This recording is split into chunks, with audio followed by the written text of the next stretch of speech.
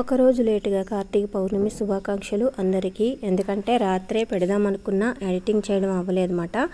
నేను కార్తీక పౌర్ణమి పూజ ఎలా చేసుకున్నానో మీకు చూపిస్తాను ఈ వీడియోలో. ముందుగా మన గార్డెన్లో ఉన్న అన్ని రకాల పువ్వులను ఇలా సేకరించి తెచ్చుకున్నాను అన్నమాట. గుడికి వెళ్ళి ఆలయానికి వెళ్ళి పూజలు చేసుకోలేని వాళ్ళు ఇలాగ ప్రశాంతంగా భక్తితో చక్కగా ఇంటి దగ్గరే మనం ప్రశాంతంగా పూజని ఎలా జరుపుకోవాలనేది నేను ఈరోజు చూపిస్తాను. మనకు అందుబాటులో ఏ గుడి ఆలయం ఇలా దగ్గరలో లేదనుకోండి, లేదు అంటే కొంచెం పెద్దవారు వెళ్ళలేకపోయారు అనుకోండి, అసంతృప్తి చెందకంట మనకు ఉన్న దాంట్లో మన ఇంటి దగ్గర మన పరిసరాల్లో ఉన్న దాంతో మనం సంతృప్తిగా హాయిగా ఆనందంగా భక్తితో పూజ ఎలా చేసుకోవాలనేది నేను ఈరోజు చూపిస్తున్నాను. చూడండి, మన గార్డెన్లో ఆ పువ్వులు ఉండాలి ఈ పువ్వులు ఉండాలి అని నియమం పెట్టుకోకుండా మన దగ్గర ఏ పువ్వులు ఉంటే ఆ పువ్వులనే ఏరుకొని ఈ పువ్వులు చూడండి ఎంత అందంగా ఉన్నాయో. ఇది కార్తీక పౌర్ణమి, చందమామ అందరికీ కనిపిస్తాడు కదా. కొన్ని వీలు కాని చోట్ల కనిపించడేమో అపార్ట్మెంట్స్లో, కానీ అన్ని చోట్ల కనిపిస్తాడు కదా చందమామ. చందమామ కనిపించినప్పుడు చంద్రుణ్ణి చూసి తమలపాకులో ఎర్ర చందనంతో చందమామ వేసి అలా తులసి కోట దగ్గర పూజలు చేసేవారు మా నాయనమ్మగారు. కాకపోతే నేను అది నోము అలా చేస్తారు. కార్తీక పౌర్ణమి నోము ఉన్నవాళ్ళు ప్రాపర్గా పూజలు అయితే చేస్తారు. మాకైతే కార్తీక పౌర్ణమి నోము అయితే ఉందని చెప్పలేను, లేనని చెప్పలేను. కాకపోతే నేను ఈరోజు చేయలేదన్నమాట. అలాగా నోములాగా చేయలేదు. ఒక ఆధ్యాత్మిక శోభను సమకూర్చుకున్నా అనమాట.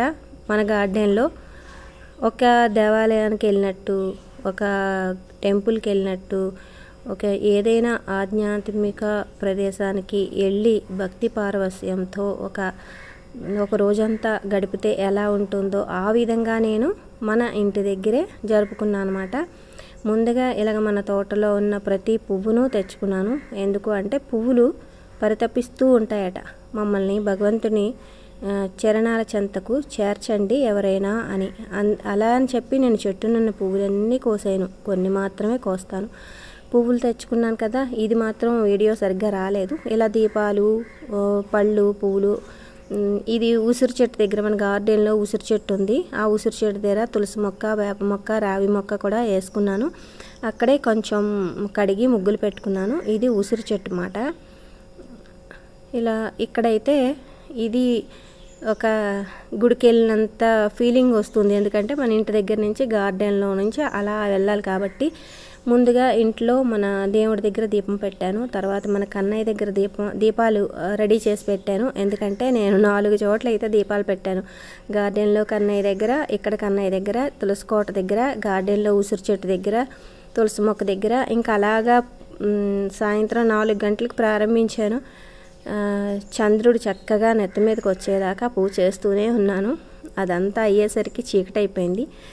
ఉసిరి చెట్టు దగ్గర అయితే చీకటిగా పడింది. గార్డెన్లో కూడా అక్కడ వెలుతురు కరెంటు బల్బులు అయితే లేవు. అందుకని మన పెట్టిన దీపాల వెలుగులోనే మీకు పూజ చూపిస్తాను. చూడండి చక్కగా.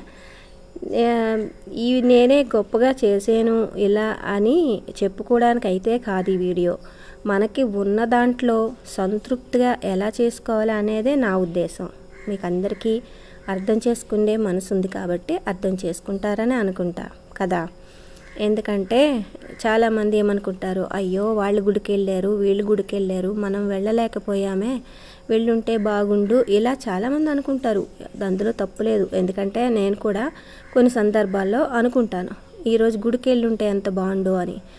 అప్పుడు వెళ్ళలేని పరిస్థితులు మన దగ్గర ఉన్నాయనుకోండి, ఇప్పుడు నాకైతే వెళ్ళే అవకాశాలు చాలా తక్కువ. అందుకని చెప్పి ఇంటి దగ్గరే ఆ ఆనందాన్ని ఎందుకు పొందకూడదు అని అనిపించింది. అందుకని చెప్పి నా దగ్గర ఉన్న ఇంట్లో తులసికోట, గార్డెన్లో తులసికోట, ఉసిరి చెట్టు, కన్నయ్య దగ్గర అంతలెక్క ఇలాగ చక్కగా నాకొచ్చిన ఏవో ముగ్గులు వేసుకుని ఏదో అందంగా అలంకరించేసానని కాదు, నాకొచ్చిన ముగ్గులు మాత్రమే నేను వేసుకొని ఇలా చక్కగా దీపధూప నైవేద్యాలతో చక్కగా భక్తి శ్రద్ధలతో ఇలాగా 1 గంట ఆధ్యాత్మికంగా గడిపానమాట. ఒక భక్తి పాటలైతే చుట్టూ మైకుల్లో ఎలాగూ వినిపిస్తున్నాయి.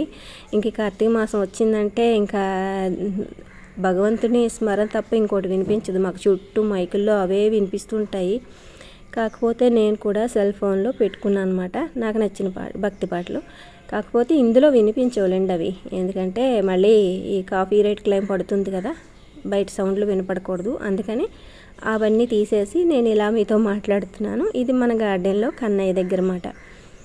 ఇదొక ఆనందం అనుకోండి, సంతృప్తి. మనసుకి ఒకరిని బాధ పెట్టకుండా మన మనసుకి హాయిగా సంతృప్తిగా ఉంది అని అంటే అది మంచిదే అయినప్పుడు ఏదైనా చేసుకోవచ్చు. ధూపాల వల్ల దీపాల వల్ల పర్యావరణానికి ఎంతో మంచిది. అలాగే మనకి భగవంతునికి భక్తునికి మధ్యలో అనుసంధానం దీపం ధూపం నైవేద్యమే కాదా. కాబట్టి నేను ఇలా ఆనందించాను ఈ కార్తీక పౌర్ణమి రోజు.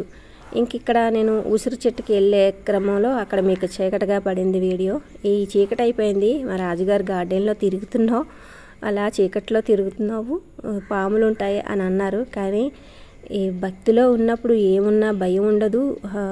ఏమున్నా కూడా అక్కడ ఏమున్నా కూడా మనం పట్టించుకోము. ఆ భక్తిలో ఉన్నప్పుడు ఏమున్నా పెద్దగా తెలీదు.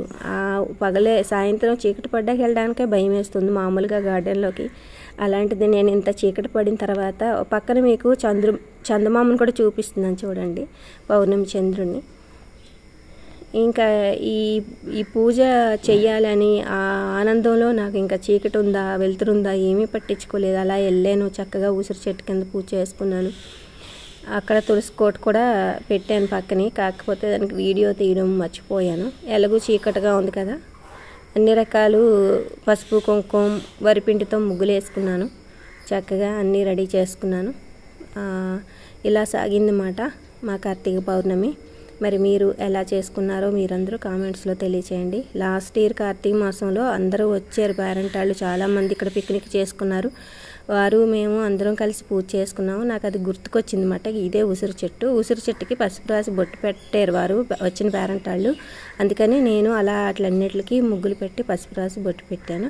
ఇది కన్నయ్య దగ్గర వెలిగించిన దీపాలు చూడండి ఎంత అందంగా ఉందో. నా కళ్ళకైతే ఎంత బాగుందో. మనకి వెంకటేశ్వర స్వామినో లేకపోతే శివాలయంలోనో లైట్లన్నీ కాసేపు ఆపి మనకి హారతి ఇచ్చినప్పుడు చూపిస్తారు కదా, ఆ విధంగా కనిపిస్తుంది కదా.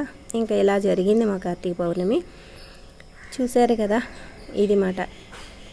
హాయిగా అనిపించింది, ఆనందంగా అనిపించింది. నేను చాలా హాయిగా సంతృప్తితో ఇలా భక్తి పారవస్యంతో ఇలా గడిపాను. మరి మీరందరూ ఎలా గడిపారో నాకు కామెంట్స్లో తెలియచేయండి. ఇది మన దగ్గర ఉన్నదాంతో మనకున్న దాంతో హాయిగా సంతృప్తిగా గడపడం అంటే ఇలా అని నా ఉద్దేశం.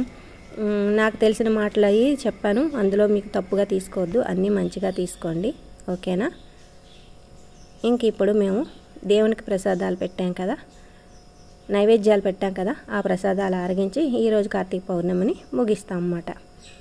ఓం నమః శివాయ. ఈ వీడియో మీకు నచ్చినట్లయితే లైక్ చేసి షేర్ చేసి సబ్స్క్రైబ్ అయితే చేసుకోండి, కొత్త వారు ఎవరైనా చూస్తే. ఇంకా నేను లాస్ట్లో పౌర్ణమి చంద్రుడిని చూపిస్తాను. అపార్ట్మెంట్స్లో ఉన్న వారికి కనిపించదు కాబట్టి హాయిగా వీక్షించండి.